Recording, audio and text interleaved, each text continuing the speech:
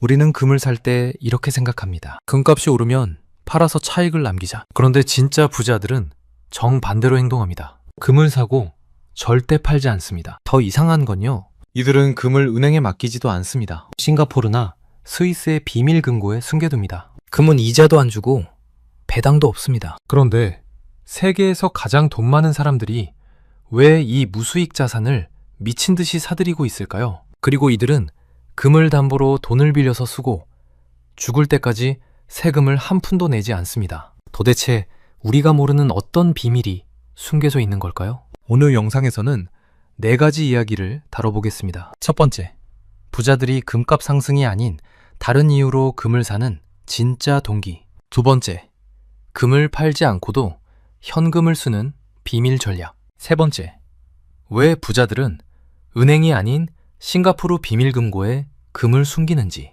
네 번째, 달러 패권이 흔들리는 시대에 금이 어떤 역할을 하는지. 이 4가지를 알고 나면 여러분도 금을 완전히 다른 눈으로 보게 될 겁니다. 자, 그럼 시작해 보겠습니다. 본격적인 분석에 들어가기 전에 아직 구독 안 하신 분들은 지금 구독 버튼 눌러주시면 감사하겠습니다. 이런 경제 이야기 꾸준히 전해드리고 있습니다. 먼저 충격적인 숫자부터 보겠습니다. 2024년 전 세계 중앙은행들이 사들인 금의 양 1000톤이 넘습니다. 이게 얼마나 많은 양일까요?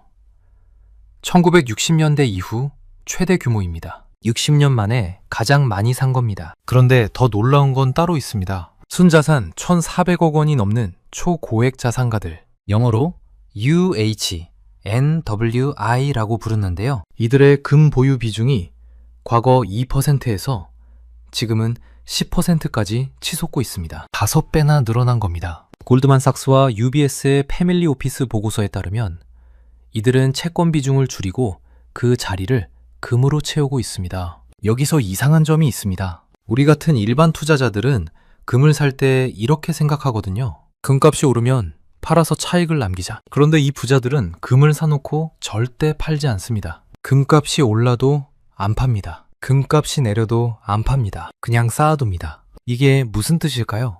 이들은 금값이 오른다고 생각해서 사는 게 아닙니다. 완전히 다른 이유가 있습니다. 그 이유를 이해하려면 먼저 부자들의 머릿속을 들여다봐야 합니다. 자, 여기서 핵심적인 숫자 하나를 보겠습니다. 1913년 미국 연방준비제도가 설립된 이후 미국 달러는 구매력의 96% 이상을 잃었습니다. 이게 무슨 말일까요? 쉽게 비유해 볼게요. 1913년에 100만 원으로 살 수 있던 물건을 지금은 4만 원어치밖에 못 산다는 뜻입니다. 돈이 녹아내린 겁니다. 100년 동안 96%가 증발했어요. 그런데 같은 기간 금은 어떻게 됐을까요?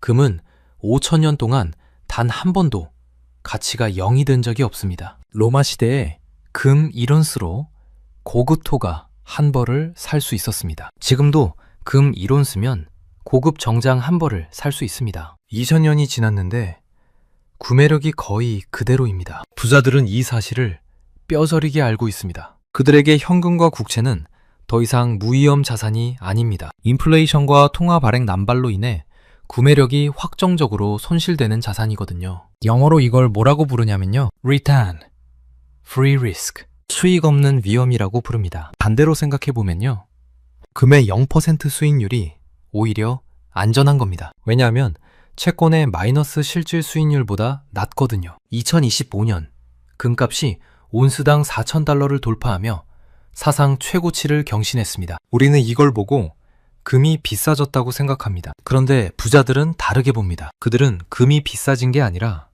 달러의 가치가 떨어진 거라고 해석합니다. 금이라는 불변의 자로 재면 달러가 줄어든 거라는 겁니다. 여기서 잠깐 정리하고 넘어갈게요. 부자들이 금을 사는 첫 번째 이유. 그들은 돈을 벌기 위해 금을 사는 게 아닙니다. 돈의 가치가 녹아내리는 걸 막기 위해 금을 삽니다. 이건 공격이 아니라 방어입니다. 보험입니다. 그런데 여기서 반전이 있습니다. 부자들이 금을 사는 이유가 이것만이 아니거든요. 두 번째 이유는 조금 무섭습니다. 바로 거래 상대방 위험이라는 겁니다. 이게 뭔지 쉽게 설명해 드릴게요. 여러분이 금 ETF를 사면 어떻게 될까요? GLD나 IAU 같은 거요. 편하잖아요. 클릭 몇 번이면 금을 살 수 있으니까요. 그런데 부자들은 이걸 기피합니다. 왜일까요? 금 ETF를 사면 여러분은 금을 소유하는 게 아닙니다. 여러분은 신탁에 대한 청구권을 갖고, 그 신탁은 수탁은행에 대한 청구권을 갖고, 수탁은행은 또 하위 수탁사를 이용합니다. 복잡하죠? 비유로 설명해 볼게요. 여러분이 친구한테 10만 원을 빌려줬어요. 그런데 그 친구가 그 돈을 다른 친구한테 또 빌려줬어요. 그 친구도 또 다른 친구한테 빌려줬어요. 이제 여러분, 돈은 어디 있는 걸까요?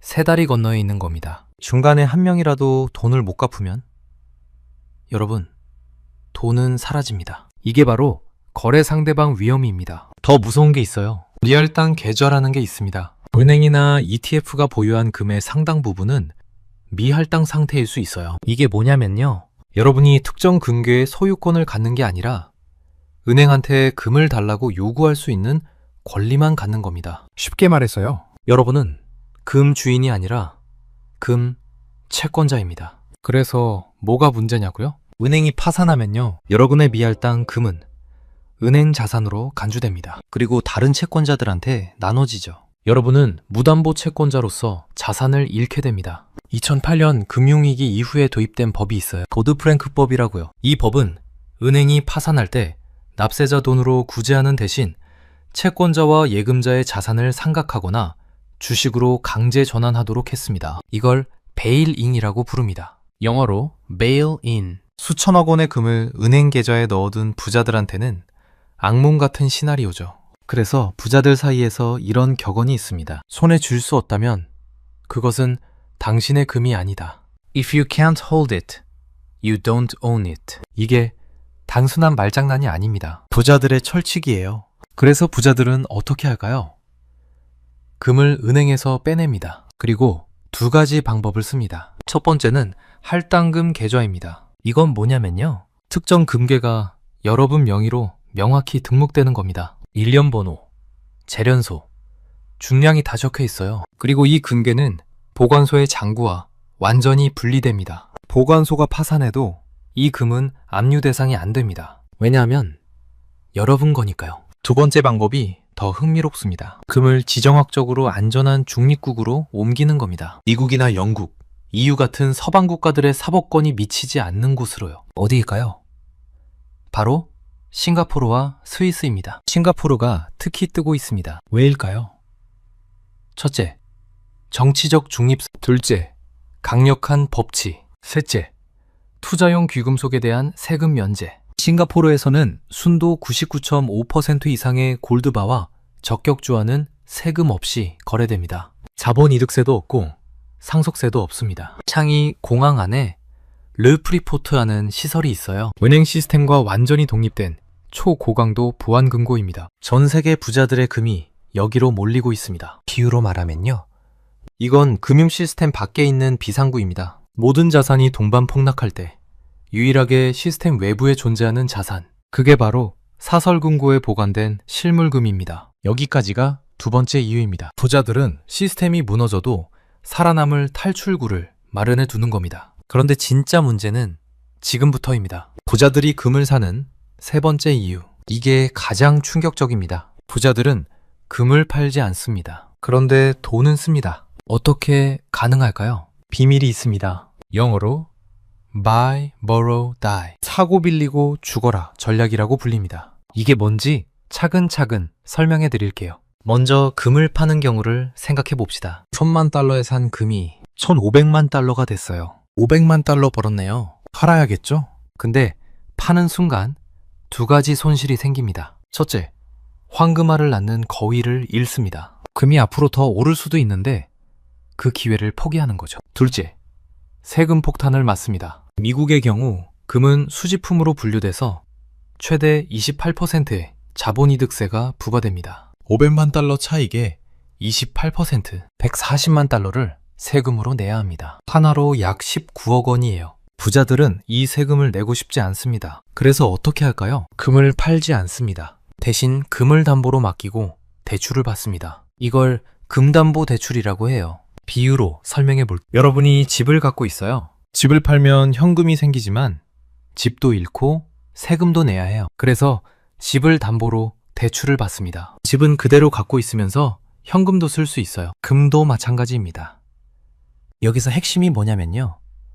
대출금은 소득이 아닙니다. 그래서 소득세도 안 내고 자본이득세도 안 냅니다. 140만 달러 세금을 한 푼도 안 내고 현금을 쓸 수 있는 겁니다. 금은 유동성이 높은 우량담보로 취급되거든요. 그래서 시세의 60에서 75%까지 대출이 가능합니다. 1,500만 달러짜리 금을 담보로 맡기면 900만 달러에서 1,100만 달러 정도를 빌릴 수 있는 거죠. 그런데 여기서 끝이 아닙니다. 진짜 마법은 죽을 때 일어납니다. 미국 세법에는 Step Up in Basis라는 조항이 있어요. 상속 시 자산의 취득가액을 사망 시점의 시가로 조정해 주는 겁니다. 이게 무슨 말이냐면요. 투자자가 죽으면 상속인은 금을 1,500만 달러에 취득한 것으로 간주됩니다. 원래 1,000만 달러에 산 건데 1,500만 달러에 산 걸로 바뀌는 거예요. 상속인이 금을 팔아서 대출금을 갚아도 매도 차익이 0이니까 세금도 0원입니다. 정리하면 이렇습니다. 부자는 평생 금을 담보로 돈을 빌려서 씁니다. 금을 팔지 않으니까 세금을 안 냅니다. 그리고 죽을 때 세금이 초기화됩니다. 사실상 세금 없는 소비를 평생 누리는 겁니다. 이것이 그들이 금을 팔지 않고 쌓아두는 진짜 이유입니다. 우리는 금값이 오르면 팔아서 차익을 남기려고 하는데 부자들은 절대 팔지 않습니다. 왜냐하면 팔면 손해니까요. 여기까지가 세 번째 이유입니다. 그런데 더 충격적인 게 남았습니다. 네 번째 이유는 지정학과 관련됩니다. 2022년에 무슨 일이 있었는지 기억하시나요? 서방 국가들이 러시아의 외환 보유고 3천억 달러를 동결했습니다. 그리고 스위프트 국제결제망에서 러시아를 축출했습니다. 이 사건이 전 세계 부자들한테 충격적인 신호를 보냈습니다. 무슨 신호냐고요? 미국 달러나 미국 국채는 정치적 입장에 따라 언제든 동결될 수 있는 조건부 자산이다. 이 말입니다. 생각해보면요. 여러분이 은행에 돈을 넣어뒀어요. 그런데 어느 날 갑자기 정부가 여러분 계좌를 동결합니다. 돈을 뺄 수가 없어요. 헌당하죠? 근데 이게 실제로 일어났습니다. 2022년 캐나다에서 트럭 시위가 있었어요. 정부는 시위자들의 은행 계좌를 동결했습니다. 시위에 기부한 사람들 계좌도요. 디지털 화폐 시대에는 이게 가능합니다. 클릭 한 번이면 여러분 돈이 얼어붙습니다. 부자들은 이걸 보고 생각했습니다. 압류 불가능한 자산이 필요하다. 실물금은 디지털 네트워크에 의존하지 않습니다. 물리적으로 갖고 있으면 누구도 빼앗을 수 없어요. 워싱턴이든 브뤼셀이든 제재를 가할 수 없습니다. 이건 국경을 초월하고 누구의 허락도 필요 없는 주권적 화폐입니다. 그래서 지금 무슨 일이 벌어지고 있냐면요. 전 세계 준화은행들이 금을 미친 듯이 사들이고 있습니다. 특히 2022년 이후로요. 중국 인민은행을 보면요. 무역 흑자로 벌어들인 달러를 미국 국채가 아닌 금으로 바꾸고 있습니다. 왜일까요? 달러 패권에 대한 방어이자 다가올 새로운 통화 질서를 대비하는 포석입니다. 부자들은 이 거대한 흐름을 봅니다. 그리고 중앙은행을 따라갑니다. 가장 거대한 스마트머니가 뭘 하는지 보고 똑같이 하는 겁니다. 더 흥미로운 게 있습니다. 브릭스 이야기입니다. 브라질, 러시아, 인도, 중국, 남아공 이 나라들이 뭘 하고 있냐면요. 달러 의존도를 낮추기 위해 독자적인 무역 결제 시스템을 만들고 있습니다. 유닛이라는 프로젝트가 있어요. 금 40%와 회원국 통화 바스켓 60%에 연동된 새로운 무역 결제 통화를 목표로 합니다. 만약 이게 실현되면요. 금이 원유나 원자재 결제의 기준 통화로 사용되기 시작합니다. 그러면 금의 가치는 단순한 귀금속이 아니라 기축 통화의 대안으로 재평가됩니다. 부자들은 이 화폐적 위상 변화를 선점하기 위해 금을 축적하고 있는 겁니다. 마지막으로 다섯 번째 이유가 있습니다. 이건 좀 무서운 이야기입니다. 각국 중앙은행이 CBDC를 추진하고 있어. 중앙은행 디지털 화폐입니다. 이게 왜 무섭냐고요? 상금과 달리 CBDC는 프로그래밍이 가능합니다. 모든 거래 내역이 추적됩니다. 정부는 이론적으로 이런 것들이 가능해집니다. 마이너스 금리. 계좌에서 자동으로 돈을 차감해서 소비를 강제할 수 있어요. 유효기간 설정. 특정 기간 내에 안 쓰면 사라지는 돈을 만들 수 있어요. 지출 통제. 특정 품목 구매를 제한하거나 특정 지역에서 사용을 차단할 수 있어요. 정치적 검열. 반정부 시위자들의 계좌를 동결할 수 있어요. 부자들한테 이건 디지털 감옥입니다. 프라이버시와 자유를 최고의 가치로 여기는 사람들한테 CBDC는 악몽이에요. 금은 이에 대한 완벽한 해독제입니다. 전기가 끊겨도 가치를 지닙니다. 인터넷이 없어도 가치를 지닙니다. 정부가 계좌를 잠가도 금은 그대로입니다. 감시망 밖에서 불을 보존할 수 있는 유일한 수단인 거죠. 그래서 부자들은 합법적인 테두리 안에서 프라이버시를 극대화하는 방법을 찾습니다. 예를 들어요. 미국에서 아메리칸 골드 이글이라는 금화가 있어요. 이 특정 주화는 매도 시 IRS 보고 의무에서 면제되는 예외 조항이 있습니다. 부자들은 이런 주화를 전략적으로 매집해서 향후 유동화할 때 기록을 최소화합니다. 또 은행 금고가 아닌 사설 금고를 이용합니다. 브링스, 루미스, 말카아밋 같은 전문 보안 분류 기업이 운영하는 금고요. 이들은 금융기관이 아니라서 자동 정보 교환 대상에서 제외되는 경우가 많습니다. 이 현상 어디서 많이 본 것 같지 않으신가요? 역사를 보면 비슷한 패턴이 반복됩니다. 1970년대를 보겠습니다. 스태그플레이션 시대였어요. 인플레이션은 치솟고 경제는 침체되고 주식은 실질 수익률 마이너스를 기록했습니다. 그때 금은 어땠을까요? 폭등했습니다. 1971년 온스당 35달러였던 금값이 1980년에 850달러가 됐습니다. 9년 만에 24배 오른 겁니다. 2008년 글로벌 금융위기 때도 마찬가지였습니다. 부동산은 폭락했고 은행들은 파산했고 주식은 반토막 났습니다. 그때 금은요? 상승했습니다. 그리고 2011년에 사상 최고치를 경신했어요. 왜일까요? 시스템이 무너질 때 시스템 밖에 있는 자산만 살아남기 때문입니다. 지금 상황이 과거와 비슷합니다. 전 세계 부채 수준은 지속 불가능한 임계점에 도달했습니다. 각국 중앙은행은 경기 침체를 막기 위해 다시 금리 인하와 유동성 공급으로 선회하고 있습니다. 이런 상황에서 화폐 가치 하락은 상수입니다. 피할 수 없어요. 금은 팽창하는 통화량을 반영해서 명목 가격이 재조정될 겁니다. 부자들은 이걸 알고 미리 움직이는 겁니다. 무서운 건 뭘까요? 이 모든 게 생각보다 빨리 일어났다는 겁니다. 1970년대도 그랬고 2008년도 그랬습니다. 위기는 항상 예상보다 빨리 옵니다. 자, 정리해 봅시다.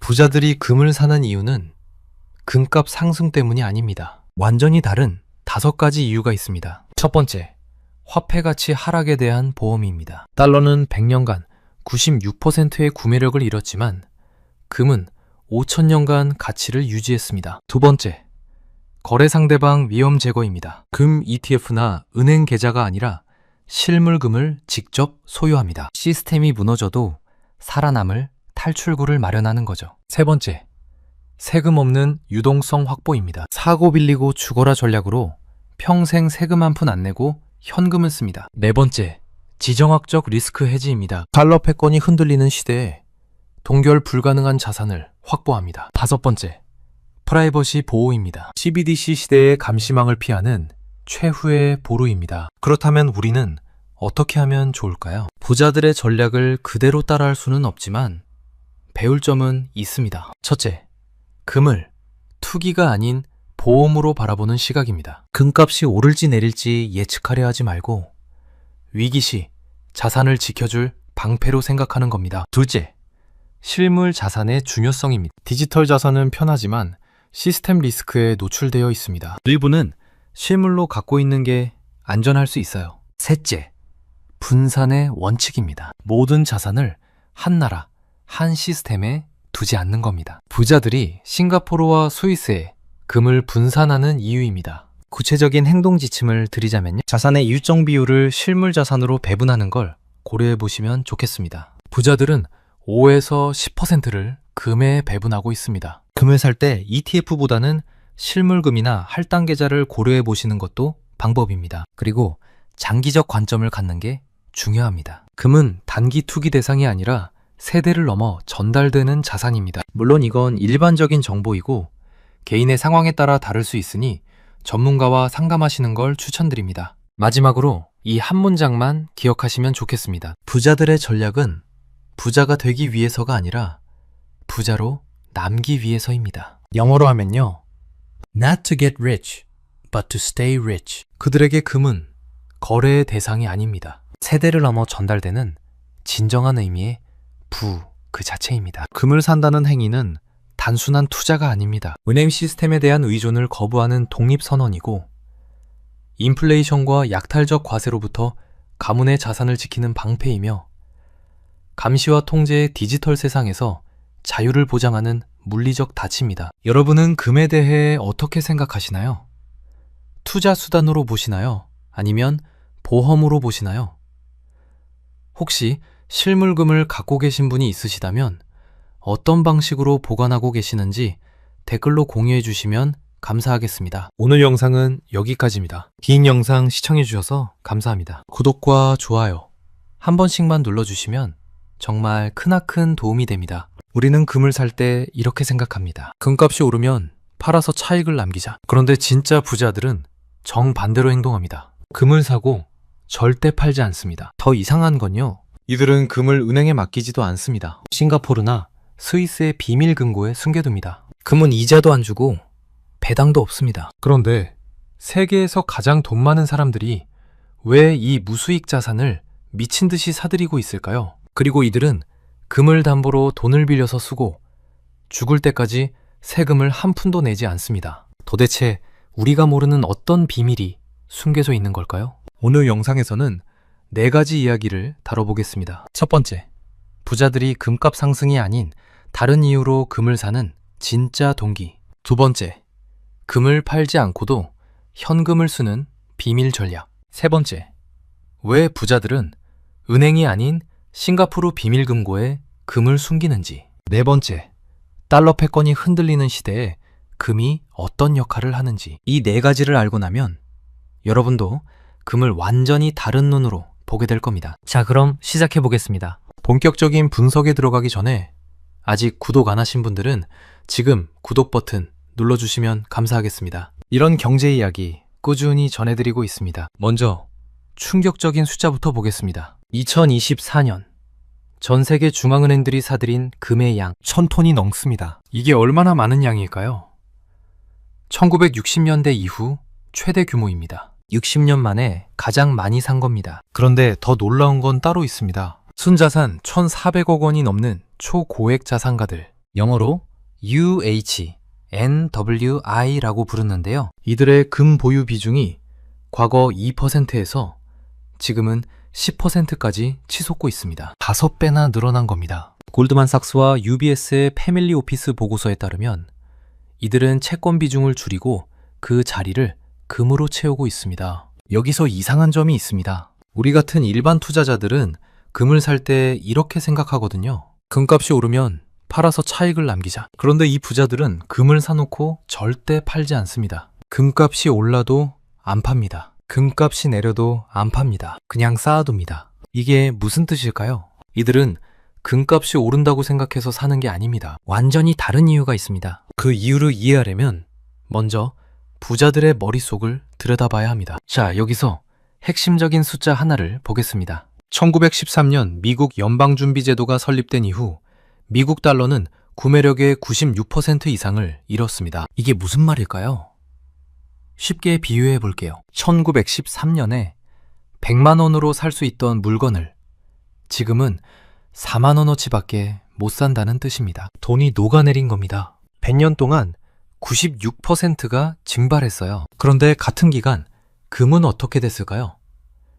금은 5,000년 동안 단 한 번도 가치가 0이 된 적이 없습니다. 로마 시대에 금 1온스로 고급 토가 한 벌을 살 수 있었습니다. 지금도 금 1온스면 고급 정장 한 벌을 살 수 있습니다. 2000년이 지났는데 구매력이 거의 그대로입니다. 부자들은 이 사실을 뼈저리게 알고 있습니다. 그들에게 현금과 국채는 더 이상 무위험 자산이 아닙니다. 인플레이션과 통화 발행 남발로 인해 구매력이 확정적으로 손실되는 자산이거든요. 영어로 이걸 뭐라고 부르냐면요, Return, Free Risk, 수익 없는 위험이라고 부릅니다. 반대로 생각해보면요, 금의 0% 수익률이 오히려 안전한 겁니다. 왜냐하면 채권의 마이너스 실질 수익률보다 낮거든요. 2025년 금값이 온스당 4,000달러를 돌파하며 사상 최고치를 경신했습니다. 우리는 이걸 보고 금이 비싸졌다고 생각합니다. 그런데 부자들은 다르게 봅니다. 그들은 금이 비싸진 게 아니라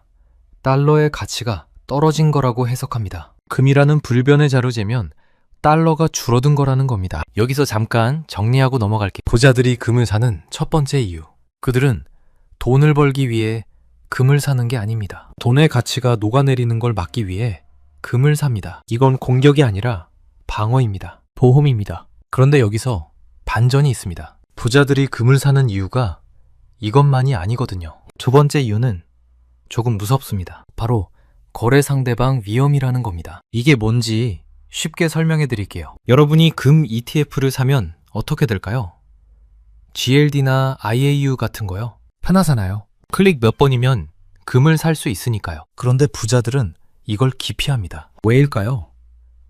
금 ETF를 사면 여러분은 금을 소유하는 게 아닙니다. 여러분은 신탁에 대한 청구권을 갖고, 그 신탁은 수탁은행에 대한 청구권을 갖고, 수탁은행은 또 하위 수탁사를 이용합니다. 복잡하죠? 비유로 설명해 볼게요. 여러분이 친구한테 10만 원을 빌려줬어요. 그런데 그 친구가 그 돈을 다른 친구한테 또 빌려줬어요. 그 친구도 또 다른 친구한테 빌려줬어요. 이제 여러분, 돈은 어디 있는 걸까요?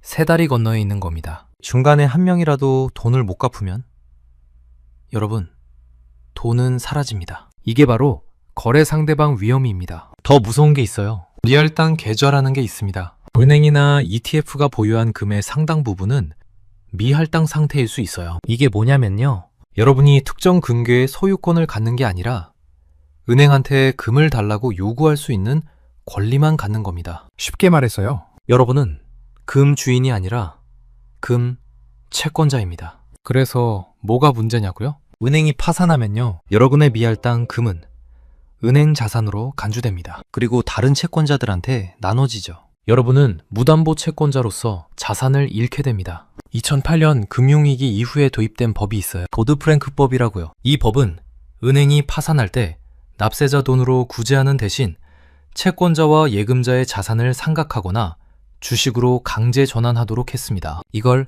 베일인이라고 부릅니다. 영어로 bail-in. 수천억 원의 금을 은행 계좌에 넣어둔 부자들한테는 악몽 같은 시나리오죠. 그래서 부자들 사이에서 이런 격언이 있습니다. 손에 쥘 수 없다면 그것은 당신의 금이 아니다. If you can't hold it, you don't own it. 이게 단순한 말장난이 아닙니다. 부자들의 철칙이에요. 그래서 부자들은 어떻게 할까요? 금을 은행에서 빼냅니다. 그리고 두 가지 방법을 씁니다. 첫 번째는 할당금 계좌입니다. 이건 뭐냐면요. 특정 금괴가 여러분 명의로 명확히 등록되는 겁니다. 일련번호, 재련소, 중량이 다 적혀 있어요. 그리고 이 금괴는 보관소의 장부와 완전히 분리됩니다. 보관소가 파산해도 이 금은 압류 대상이 안 됩니다. 왜냐하면 여러분 거니까요. 두 번째 방법이 더 흥미롭습니다. 금을 지정학적으로 안전한 중립국으로 옮기는 겁니다. 미국이나 영국, EU 같은 서방 국가들의 사법권이 미치지 않는 곳으로요. 어디일까요? 바로 싱가포르와 스위스입니다. 싱가포르가 특히 뜨고 있습니다. 왜일까요? 첫째, 정치적 중립성. 둘째, 강력한 법치. 셋째, 투자용 귀금속에 대한 세금 면제. 싱가포르에서는 순도 99.5% 이상의 골드바와 적격주와는 세금 없이 거래됩니다. 자본이득세도 없고 상속세도 없습니다. 창이 공항 안에 르프리포트하는 시설이 있어요. 은행 시스템과 완전히 독립된 초고강도 보안금고입니다. 전 세계 부자들의 금이 여기로 몰리고 있습니다. 비유로 말하면요. 이건 금융 시스템 밖에 있는 비상구입니다. 모든 자산이 동반 폭락할 때 유일하게 시스템 외부에 존재하는 자산, 그게 바로 사설금고에 보관된 실물금입니다. 여기까지가 두 번째 이유입니다. 부자들은 시스템이 무너져도 살아남을 탈출구를 마련해 두는 겁니다. 그런데 진짜 문제는 지금부터입니다. 부자들이 금을 사는 세 번째 이유. 이게 가장 충격적입니다. 부자들은 금을 팔지 않습니다. 그런데 돈은 씁니다. 어떻게 가능할까요? 비밀이 있습니다. 영어로 buy, borrow, die. 사고 빌리고 죽어라 전략이라고 불립니다. 이게 뭔지 차근차근 설명해 드릴게요. 먼저 금을 파는 경우를 생각해 봅시다. $10,000에 산 금이 1,500만 달러가 됐어요. 500만 달러 벌었네요. 팔아야겠죠? 근데 파는 순간 두 가지 손실이 생깁니다. 첫째, 황금알을 낳는 거위를 잃습니다. 금이 앞으로 더 오를 수도 있는데 그 기회를 포기하는 거죠. 둘째, 세금 폭탄을 맞습니다. 미국의 경우 금은 수집품으로 분류돼서 최대 28%의 자본이득세가 부과됩니다. 500만 달러 차익에 28%, 140만 달러를 세금으로 내야 합니다. 하나로 약 19억 원이에요. 부자들은 이 세금을 내고 싶지 않습니다. 그래서 어떻게 할까요? 금을 팔지 않습니다. 대신 금을 담보로 맡기고 대출을 받습니다. 이걸 금담보대출이라고 해요. 비유로 설명해 볼게요. 여러분이 집을 갖고 있어요. 집을 팔면 현금이 생기지만 집도 잃고 세금도 내야 해요. 그래서 집을 담보로 대출을 받습니다. 집은 그대로 갖고 있으면서 현금도 쓸 수 있어요. 금도 마찬가지입니다. 여기서 핵심이 뭐냐면요. 대출금은 소득이 아닙니다. 그래서 소득세도 안 내고 자본이득세도 안 냅니다. 140만 달러 세금을 한 푼도 안 내고 현금을 쓸 수 있는 겁니다. 금은 유동성이 높은 우량담보로 취급되거든요. 그래서 시세의 60에서 75%까지 대출이 가능합니다. 1,500만 달러짜리 금을 담보로 맡기면 900만 달러에서 1,100만 달러 정도를 빌릴 수 있는 거죠. 그런데 여기서 끝이 아닙니다. 진짜 마법은 죽을 때 일어납니다. 미국 세법에는 스텝업 인 베이시스라는 조항이 있어요. 상속 시 자산의 취득가액을 사망 시점의 시가로 조정해 주는 겁니다. 이게 무슨 말이냐면요. 투자자가 죽으면 상속인은 금을 1,500만 달러에 취득한 것으로 간주됩니다. 원래 1,000만 달러에 산 건데 1,500만 달러에 산 걸로 바뀌는 거예요. 상속인이 금을 팔아서 대출금을 갚아도 매도 차익이 0이니까 세금도 0원입니다. 정리하면 이렇습니다. 부자는 평생 금을 담보로 돈을 빌려서 씁니다. 금을 팔지 않으니까 세금을 안 냅니다. 그리고 죽을 때 세금이 초기화됩니다. 사실상 세금 없는 소비를 평생 누리는 겁니다. 이것이 그들이 금을 팔지 않고 쌓아두는 진짜 이유입니다. 우리는 금값이 오르면 팔아서 차익을 남기려고 하는데 부자들은 절대 팔지 않습니다. 왜냐하면 팔면 손해니까요. 여기까지가 세 번째 이유입니다. 그런데 더 충격적인 게 남았습니다. 네 번째 이유는 지정학과 관련됩니다. 2022년에 무슨 일이 있었는지 기억하시나요? 서방 국가들이 러시아의 외환 보유고 3천억 달러를 동결했습니다. 그리고 스위프트 국제결제망에서 러시아를 축출했습니다. 이 사건이 전 세계 부자들한테 충격적인 신호를 보냈습니다. 무슨 신호냐고요? 미국 달러나 미국 국채는 정치적 입장에 따라 언제든 동결될 수 있는 조건부 자산이다. 이 말입니다. 생각해보면요. 여러분이 은행에 돈을 넣어뒀어요. 그런데 어느 날 갑자기 정부가 여러분 계좌를 동결합니다. 돈을 뺄 수가 없어요. 헌당하죠?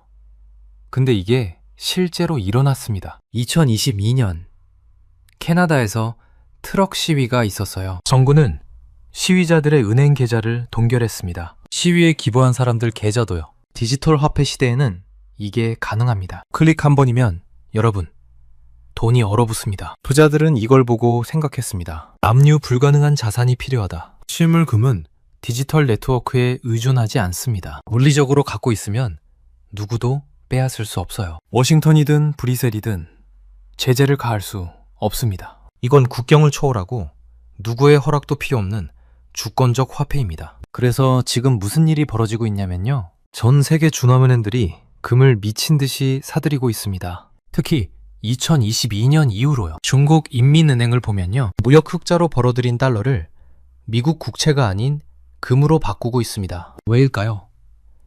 달러 패권에 대한 방어이자 다가올 새로운 통화 질서를 대비하는 포석입니다. 부자들은 이 거대한 흐름을 봅니다. 그리고 중앙은행을 따라갑니다. 가장 거대한 스마트머니가 뭘 하는지 보고 똑같이 하는 겁니다. 더 흥미로운 게 있습니다. 브릭스 이야기입니다. 브라질, 러시아, 인도, 중국, 남아공 이 나라들이 뭘 하고 있냐면요. 달러 의존도를 낮추기 위해 독자적인 무역 결제 시스템을 만들고 있습니다. 유닛이라는 프로젝트가 있어요. 금 40%와 회원국 통화 바스켓 60%에 연동된 새로운 무역 결제 통화를 목표로 합니다. 만약 이게 실현되면요. 금이 원유나 원자재 결제의 기준 통화로 사용되기 시작합니다. 그러면 금의 가치는 단순한 기금속이 아니라 기축통화의 대안으로 재평가됩니다. 부자들은 이 화폐적 위상 변화를 선점하기 위해 금을 축적하고 있는 겁니다. 마지막으로 5번째 이유가 있습니다. 이건 좀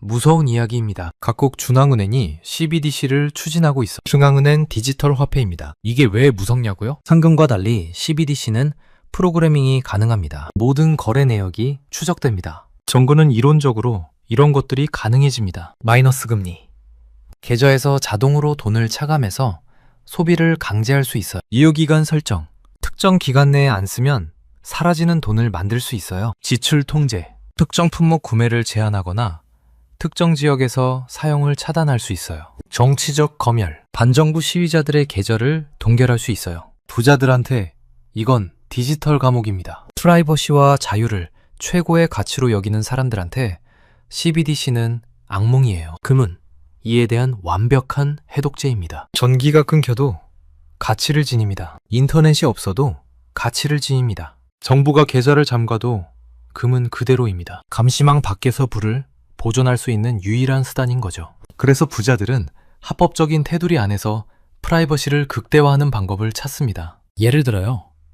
미국에서 아메리칸 골드 이글이라는 금화가 있어요. 이 특정 주화는 매도 시 IRS 보고 의무에서 면제되는 예외 조항이 있습니다. 부자들은 이런 주화를 전략적으로 매집해서 향후 유동화할 때 기록을 최소화합니다. 또 은행 금고가 아닌 사설 금고를 이용합니다. 브링스, 루미스, 말카아밋 같은 전문 보안 분류 기업이 운영하는 금고요. 이들은 금융기관이 아니라서 자동 정보 교환 대상에서 제외되는 경우가 많습니다. 이 현상 어디서 많이 본 것 같지 않으신가요? 역사를 보면 비슷한 패턴이 반복됩니다. 1970년대를 보겠습니다. 스태그플레이션 시대였어요. 인플레이션은 치솟고 경제는 침체되고 주식은 실질 수익률 마이너스를 기록했습니다. 그때 금은 어땠을까요? 폭등했습니다. 1971년 온스당 35달러였던 금값이 1980년에 850달러가 됐습니다. 9년 만에 24배 오른 겁니다. 2008년 글로벌 금융위기 때도 마찬가지였습니다. 부동산은 폭락했고 은행들은 파산했고 주식은 반토막 났습니다. 그때 금은요? 상승했습니다. 그리고 2011년에 사상 최고치를 경신했어요. 왜일까요? 시스템이 무너질 때 시스템 밖에 있는 자산만 살아남기 때문입니다. 지금 상황이 과거와 비슷합니다. 전 세계 부채 수준은 지속 불가능한 임계점에 도달했습니다. 각국 중앙은행은 경기 침체를 막기 위해 다시 금리 인하와 유동성 공급으로 선회하고 있습니다. 이런 상황에서 화폐 가치 하락은 상수입니다. 피할 수 없어요. 금은 팽창하는 통화량을 반영해서 명목 가격이 재조정될 겁니다. 부자들은 이걸 알고 미리 움직이는 겁니다. 무서운 건 뭘까요? 이 모든 게 생각보다 빨리 일어났다는 겁니다. 1970년대도 그랬고 2008년도 그랬습니다. 위기는 항상 예상보다 빨리 옵니다. 자, 정리해 봅시다. 부자들이 금을 사는 이유는 금값 상승 때문이 아닙니다. 완전히 다른 5가지 이유가 있습니다. 첫 번째, 화폐 가치 하락에 대한 보험입니다. 달러는 100년간 96%의 구매력을 잃었지만 금은 5,000년간 가치를 유지했습니다. 두 번째, 거래 상대방 위험 제거입니다. 금 ETF나 은행 계좌가 아니라 실물금을 직접 소유합니다. 시스템이 무너져도 살아남을 탈출구를 마련하는 거죠. 세 번째, 세금 없는 유동성 확보입니다. 사고 빌리고 죽어라 전략으로 평생 세금 한 푼 안 내고 현금을 씁니다. 네 번째, 지정학적 리스크 해지입니다. 달러 패권이 흔들리는 시대에 동결 불가능한 자산을 확보합니다. 다섯 번째, 프라이버시 보호입니다. CBDC 시대의 감시망을 피하는 최후의 보루입니다. 그렇다면 우리는 어떻게 하면 좋을까요? 부자들의 전략을 그대로 따라할 수는 없지만 배울 점은 있습니다. 첫째, 금을 투기가 아닌 보험으로 바라보는 시각입니다. 금값이 오를지 내릴지 예측하려 하지 말고 위기 시 자산을 지켜줄 방패로 생각하는 겁니다. 둘째, 실물 자산의 중요성입니다. 디지털 자산은 편하지만 시스템 리스크에 노출되어 있습니다. 일부는 실물로 갖고 있는 게 안전할 수 있어요. 셋째, 분산의 원칙입니다. 모든 자산을 한 나라, 한 시스템에 두지 않는 겁니다. 부자들이 싱가포르와 스위스에 금을 분산하는 이유입니다. 구체적인 행동 지침을 드리자면요. 자산의 일정 비율을 실물 자산으로 배분하는 걸 고려해 보시면 좋겠습니다. 부자들은 5에서 10%를 금에 배분하고 있습니다. 금을 살 때 ETF보다는 실물금이나 할당 계좌를 고려해 보시는 것도 방법입니다. 그리고 장기적 관점을 갖는 게 중요합니다. 금은 단기 투기 대상이 아니라 세대를 넘어 전달되는 자산입니다. 물론 이건 일반적인 정보이고 개인의 상황에 따라 다를 수 있으니 전문가와 상담하시는 걸 추천드립니다. 마지막으로 이 한 문장만 기억하시면 좋겠습니다. 부자들의 전략은 부자가 되기 위해서가 아니라 부자로 남기 위해서입니다. 영어로 하면요. Not to get rich, but to stay rich. 그들에게 금은 거래의 대상이 아닙니다. 세대를 넘어 전달되는 진정한 의미의 부 그 자체입니다. 금을 산다는 행위는 단순한 투자가 아닙니다. 은행 시스템에 대한 의존을 거부하는 독립선언이고 인플레이션과 약탈적 과세로부터 가문의 자산을 지키는 방패이며 감시와 통제의 디지털 세상에서 자유를 보장하는 물리적 닫입니다. 여러분은 금에 대해 어떻게 생각하시나요? 투자 수단으로 보시나요? 아니면 보험으로 보시나요? 혹시 실물금을 갖고 계신 분이 있으시다면 어떤 방식으로 보관하고 계시는지 댓글로 공유해 주시면 감사하겠습니다. 오늘 영상은 여기까지입니다. 긴 영상 시청해 주셔서 감사합니다. 구독과 좋아요 한 번씩만 눌러주시면 정말 크나큰 도움이 됩니다.